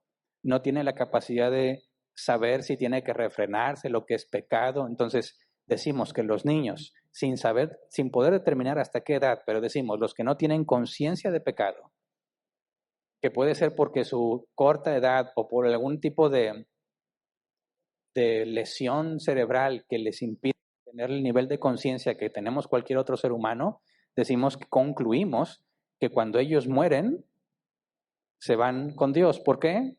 Porque apelamos a la justicia. ¿Cómo juzgaría un Dios justo a personas que no tenían control de sus propias acciones? Por lo tanto, determinamos que Dios los hizo nacer de nuevo. La misma pregunta va para ¿qué pasa con los bebés que son abortados? Es el mismo criterio. Dios los hace nacer de nuevo según su soberano propósito. Dado que nada sucede sin que Dios lo permita, Dios ya sabía que ese bebé iba a ser abortado. Y descansamos en las Escrituras diciendo, concluyendo que eran personas elegidas por Dios para salvación. Lo mismo podemos concluir, por ejemplo, con el hijo de David, el hijo que tuvo con Betsabé, que murió, y David dijo que él iría a donde está el niño. De manera que David confiaba que ese niño también estaría con Dios. Siguiente, Alfredo Mireles, buenas tardes. ¿Podría describir cómo Dios azota a sus hijos? ¿Cómo puedo saber cuando Dios me está azotando? Pues mira, te voy a decir como me decían a mí en otros temas. Cuando Dios te esté azotando, no te va a quedar la duda de que Dios te está azotando. ¿Cómo puedo saber cuando soy salvo? Mira, cuando seas salvo, no te va a quedar la duda de que eres salvo. ¿Cómo azota Dios a sus hijos? De muchas maneras. Puede ser crisis económica. Tú sabes que Dios está de por medio porque no importa qué tanto te esfuerces, no importa qué tantas qué tantas puertas tocas. Ni si lo quiero decir adrede, no voy a poder, ¿verdad? No importa qué tantas puertas toques, no se abren. Aunque tú quieras decir, mira, esto te lo doy súper regalado. No, está muy sospechoso y no lo van a creer. Y te vas a ver obligado a no tener sustento sin importar lo mucho que te esfuerzas y llegas a una conclusión, esto no es normal. Y te pones a pensar, ¿por qué no guardé dinero cuando tenía? ¿Por qué me compré esa chaqueta? No me lo hubiera comprado. ¿Para qué me iba, no sé, a la lotería, a las cosas que hagan? Y empiezas a valorar. La Biblia dice que vendrán días malos y no hice nada para prepararme para los días malos. Y entonces empiezas a ser disciplinado. Porque cuando tratas de esforzarte por salir adelante, Dios dice no, no, no, y no tienes más que soportar. Y eso te deja con una idea muy clara. No voy a permitir que esto me pase otra vez. Y empiezas a ser más diligente. Te llega una oportunidad de trabajo y mira, la ves como si fuese lo máximo. Te van a pagar bien poquito, pero al fin vas a ganar algo. Y es como empiezas a valorar. Y te sabes disciplinado. A ese tipo de cosas me refiero. Sabes que no es negligencia tuya, sino que por más que tú lo intentas, no se puede. Entonces ves que hay algo más fuerte que tú en eso. Siguiente, Brian Zúñiga. Pastor, buenas tardes. Al decir que Satanás nos tienta, no es literalmente Satanás, sino que es uno de sus ángeles, porque luego lo adjudican omnipresencia. O la misma gente que no es nacida de nuevo, por consecuencia hijos del diablo, nos tientan con sus ideales que menciona, como eso de sentirse un helicóptero, una niña de 6 años, el aborto, psicología, que va en contra de los mandamientos de Dios. Concluyo que es así como dice Efesios 6:12, ¿verdad? Mira, obviamente Satanás no es omnipresente y cuando decimos que Satanás nos tienta, lo hablamos según el sistema jerárquico que la Biblia muestra, ¿verdad? Que Satanás tiene principados, potestades, gobernadores de las tinieblas. Pero a fin de cuentas, quien está a la cabeza es él, y él es el príncipe de este mundo. Lo que se hace es de acuerdo a su voluntad. Entonces, si un demonio, por más baja categoría que sea, te tienta, le atribuimos al que es cabeza de todo eso, ¿verdad? Que sería Satanás. Pero de ninguna manera estamos diciendo que Satanás dijo, oh, Dios, ahorita vengo, voy a tentar a Hernán. No, ¿verdad? Cualquier entidad demoníaca, lo que sea. Ahora, cuando dices, hay otras personas que te tientan. Bueno, sabemos que todo aquel que tiene el Espíritu Santo está endemoniado, ¿no? Aunque no eche espuma por la boca o no tenga fuerza sobrehumana. ¿Por qué? Porque es del diablo, ¿verdad? Es un hijo del diablo y tienen derecho legal a estar con él. Y además de que están de acuerdo con su carne, Satanás mismo, dice la Escritura, los tiene engañados, los tiene ciegos, sumisos a su voluntad. Entonces, aunque es un humano el que viene a tentarnos, sabemos que también hay una entidad espiritual tras de ese humano que lo controla y lo motiva a hacer lo que está mal. Entonces, sí, es una persona que nos tienta, pero bíblicamente también hay un demonio alentando a esa persona para hacer tal tentación. Siguiente, Jesús Ortiz Franco dice, sigo sin entender por qué exhortas al hermano con santidad y a la vez no sé qué puede, no, perdón, y a la vez no se puede congregar. Si sabes que es muy necesario, se obedece a Dios o a los hombres. Siempre se saca la escritura de obedecer a la ley. Ok, según entiendo, pones una situación, ¿verdad? Yo digo que te debes de congregar, pero hay una persona que no se puede congregar porque es necesario que no se congregue. La pregunta es, ¿me tiene que obedecer a mí o obedecer a Dios? No. Cuando yo exhorto, en manera general, lo que la Biblia dice, es para todos, ¿verdad? Y si alguien dice, tengo una situación, por ejemplo, si yo digo, la Biblia dice que no debes dejar de congregarte. Alguien dice, estoy postrado en cama porque estoy enfermo. Obviamente quedas excluido de venir a congregarte, ¿verdad? Pero la instrucción y el mandamiento no cambia. Yo tengo la responsabilidad de decir lo que la Biblia dice que se debe de hacer. Y cada uno debe examinarse a sí mismo para saber si está cumpliendo con ese mandato o no. Y si tú examinas y dices, pues estoy postrado en cama, no me puedo levantar, no puedo cumplir ese mandato, entonces no estás desobedeciendo, ¿verdad? Porque está fuera de tu control congregarte. Pero si alguien está nada más acostado y dice, no, afuera está muy peligroso el mundo, yo no voy a congregarme, a eso sí tienen que examinar su conciencia, porque peligro en el mundo siempre lo ha habido, antes del COVID, durante el COVID y después del COVID. Podías morirte camino aquí a la iglesia antes del COVID, atropellado, secuestrado, no sé, lo que se te ocurra. Eso puede suceder en cualquier momento, pero no estás consciente. Entonces, el llamado es a aquellos que por negligencia han decidido no hacerlo cuando no tienen una verdadera justificación. Pero si alguien tiene una verdadera justificación, no tiene por qué sentirse obligado a hacer algo que no puede hacer. Espero explicarme. Ok, luego había escrito otro comentario, pero es con respecto a la misma pregunta. Siguiente, Gleason Araujo. ¿Hombre que está en proceso de santidad con Cristo puede caer en depresión o desánimo? Sí. Cualquiera que se deje llevar por sus emociones va a caer en pecado. Cualquiera. Ahora, tenemos que hacer una distinción. Cuando hablamos de depresión o desánimo, puede ser cosas meramente naturales, o sea, las cosas no son como yo quiero, me deprimo. Eso es normal. Las cosas no salieron como esperaba, me desanimo. Eso es normal.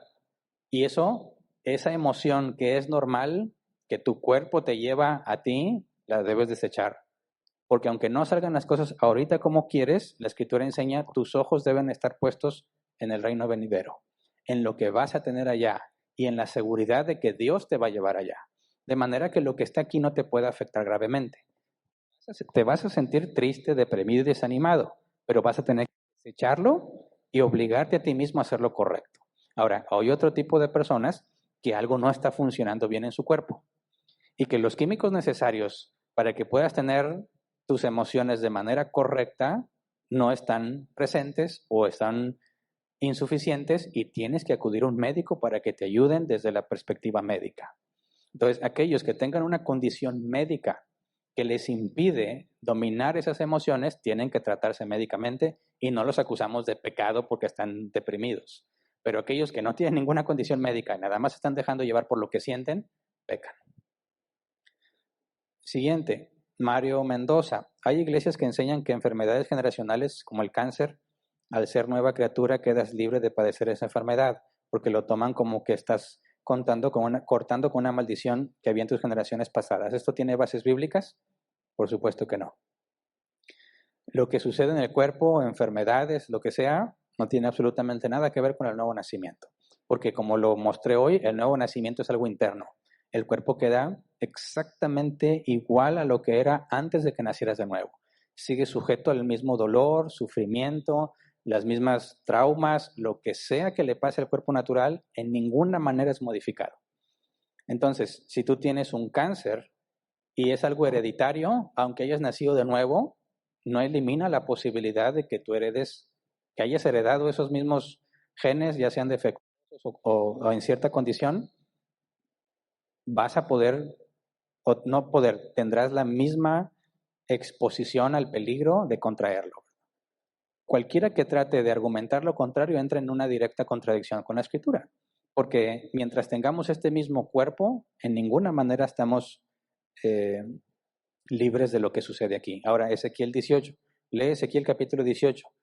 No pagará el hijo por el pecado del padre. Las maldiciones generacionales son una farsa, no existen bíblicamente. Lee todo el capítulo 18. No pagará el hijo por el pecado del padre, ni el padre por el pecado del hijo, cada uno por su propio pecado, y eso echa por tierra esa doctrina.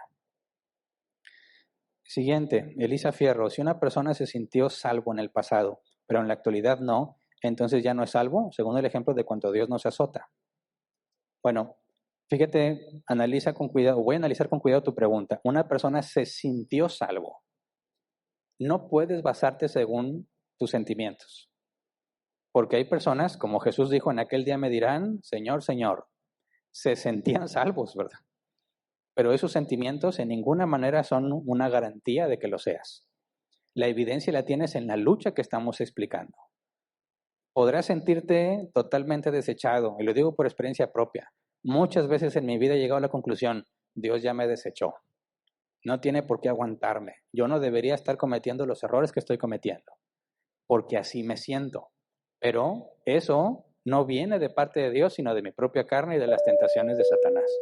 Así que buscamos la evidencia que nos indique que somos cristianos, no el sentimiento.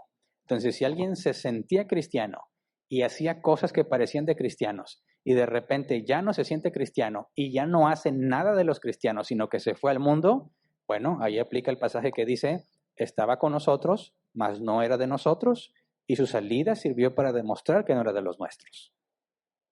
Pero el hecho de que un día te levantes sintiéndote no cristiano, en ningún momento significa que perdiste tu salvación, ¿verdad? La salvación está garantizada por el Espíritu Santo que Dios puso en ti. Dice la Escritura, las arras de la promesa, la garantía. Entonces, entiendo que nos sintamos como que no somos cristianos algunos días, pero gracias a Dios no depende de nuestros sentimientos, sino del Espíritu Santo en nosotros. Y bueno, se me acabó el tiempo, ¿verdad? Quedaron ahí 3 preguntas pendientes. Los invito a que de esta semana que viene al otro, este martes al otro, entren a la sección de preguntas y respuestas. Martes a las 7 p.m. hora México. Dedicamos 1 hora y media a responder todas las preguntas que alcancemos. Y bueno, es todo. Muchas gracias a todos por estar aquí. Échenle ganas con la santidad. No me vean raro, que voy a estar viendo a ver si eres salvo y van a decir, todos nos vemos unos a otros, ¿verdad?